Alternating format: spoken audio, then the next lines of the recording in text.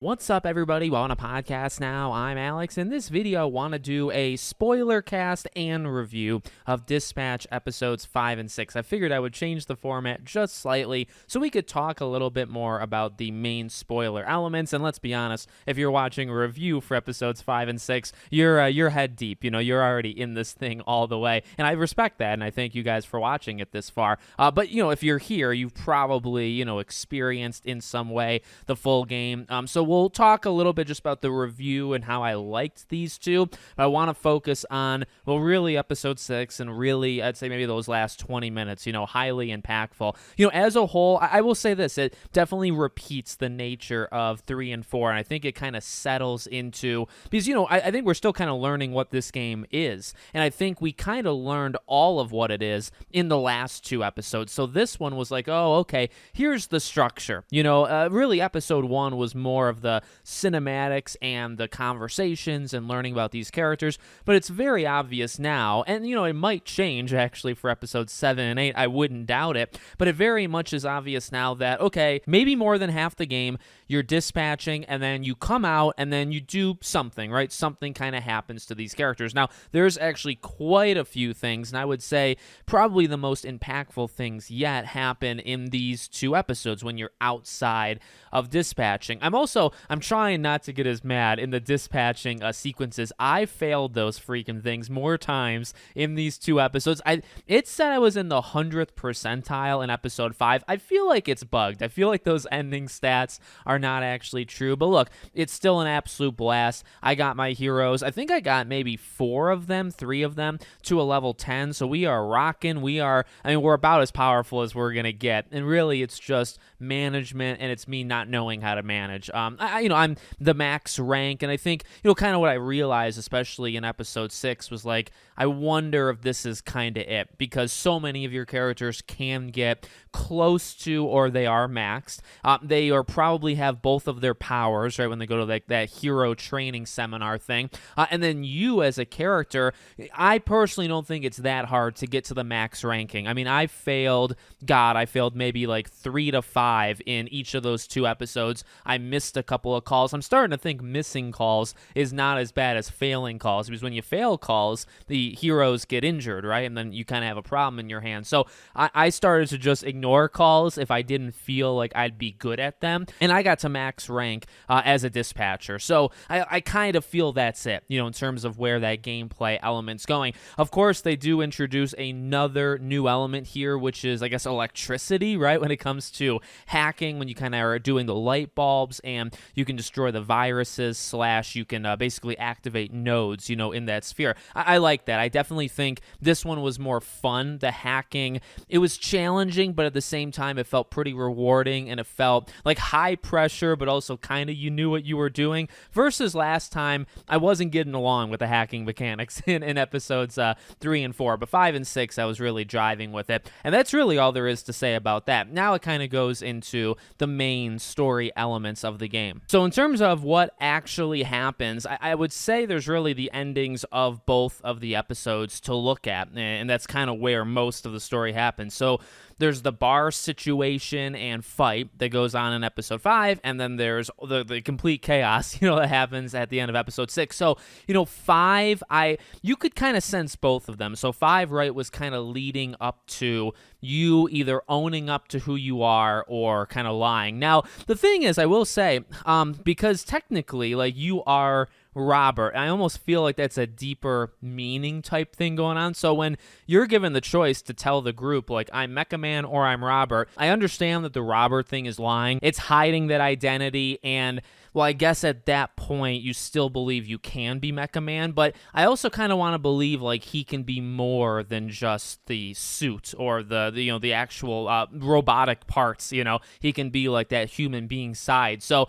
that's a little bit of how I looked at it, but I personally chose to reveal his identity. I think the majority, when I beat it, I think it said 72%. I'm trying to remember like the percentages off the top of my head. It was in the 70s for sure of people that admitted to it. And the thing is, you were obviously going to make at least one individual pretty darn mad. And I like how they did that. They were kind of playing around with that the entire episode, where some of these people, like, you did bust. And I guess, ironically, it turns out that only one of those people either care or you actually did bust. I guess all of those other people you never came across, or you never messed with, or you never put them away, or, behind bars. But I liked that choice and consequence. It was, it's not just actually about the choices, too. I think it was a lot of the buildup. And Visigal freaking rocks, okay? And I like that I went down that path. I will eventually watch, like, what happens if you don't do that, but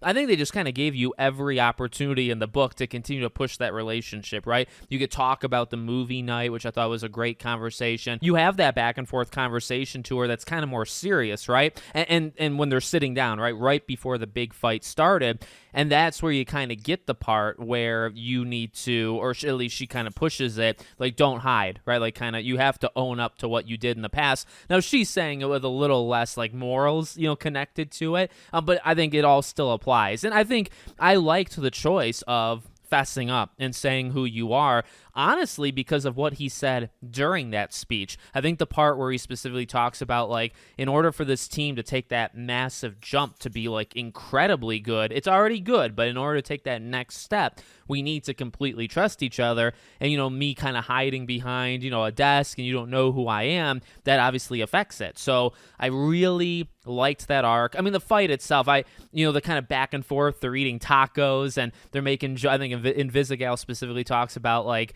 it's 5 ingredients, like every item is just 5 ingredients mixed up. And, he keeps saying, like, oh, I wanted my triple crunch wrap or whatever it was. And then, as they're opening hot sauce or when they're taking bites or squishing plastic or whatever, it goes back to the bar fight. I thought that was awesome. I thought that was about as cinematic as it gets for this game, so I really, really love that. And then episode 6, okay? Now, to jump to the end, I guess, because we want to talk about Chase and we want to talk about that final thing. I will say I did kind of expect something to happen to him. Now, I do want to jump even further ahead and say I don't think he's dead. I don't think, like, that moment he dies. I think you're going to be able to say something to him.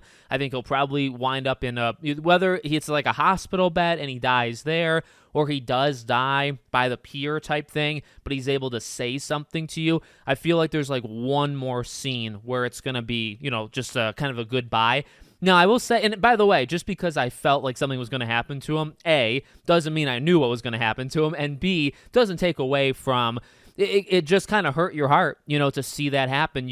I love the relationship those two have. And, it gets not necessarily tested, but, they really get a nice couple moments and also a little bit of tense, situations in episode 6.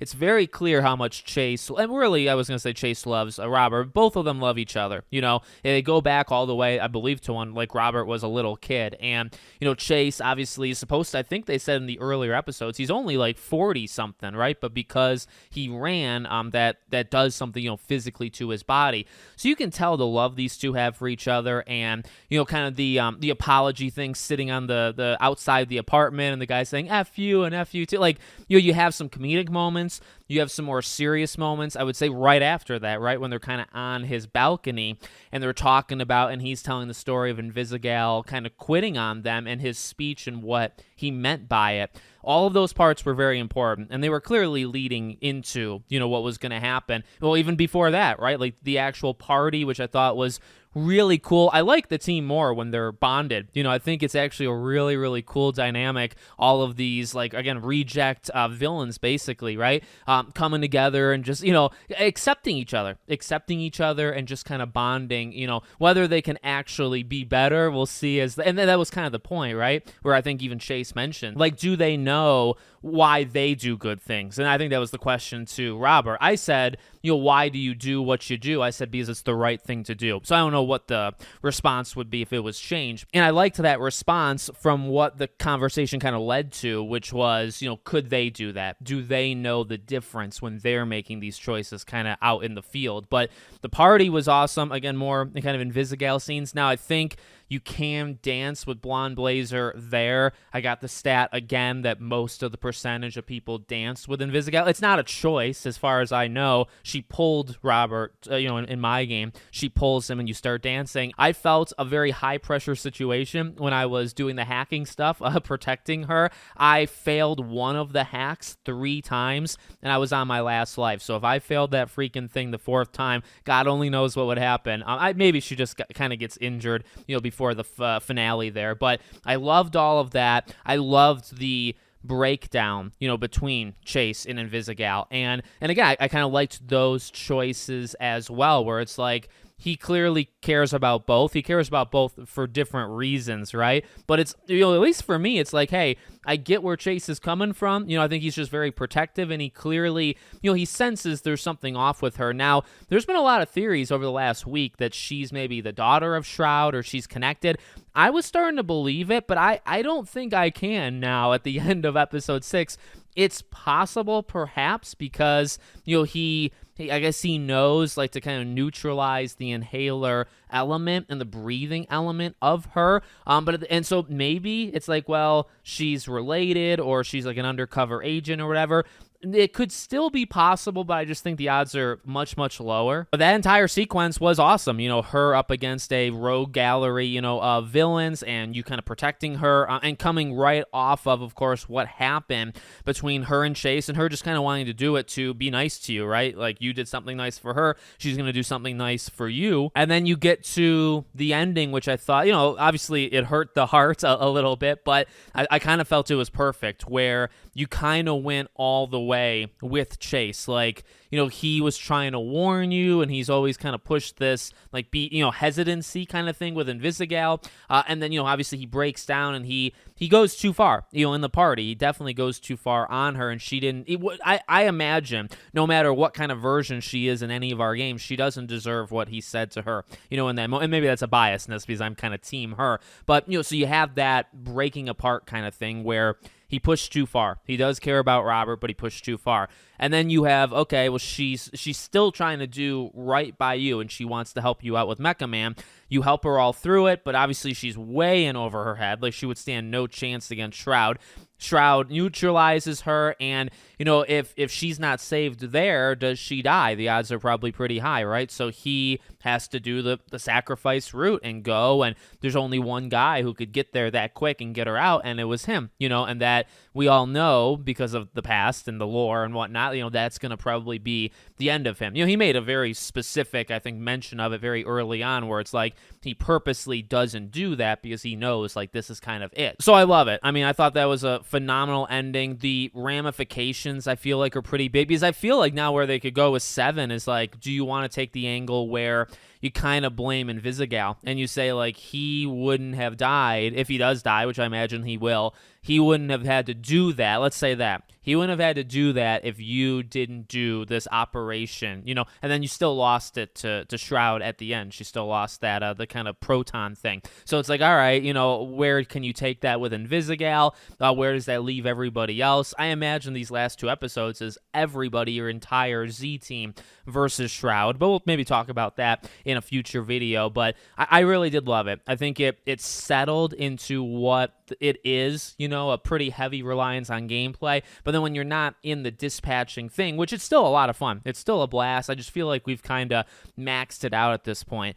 Then where the game shines, is still all these character developments and the big, everything kind of coming to a head, which it really did at the end of both of those episodes. So I'm very, very excited for these last 2 episodes, and hopefully there's going to be a season 2, because it's just way too good to end it after next week. So let me know what you guys think. Make sure, as always, you're subscribed to the channel, bell icon turned on, and I hope to see you all on the next one.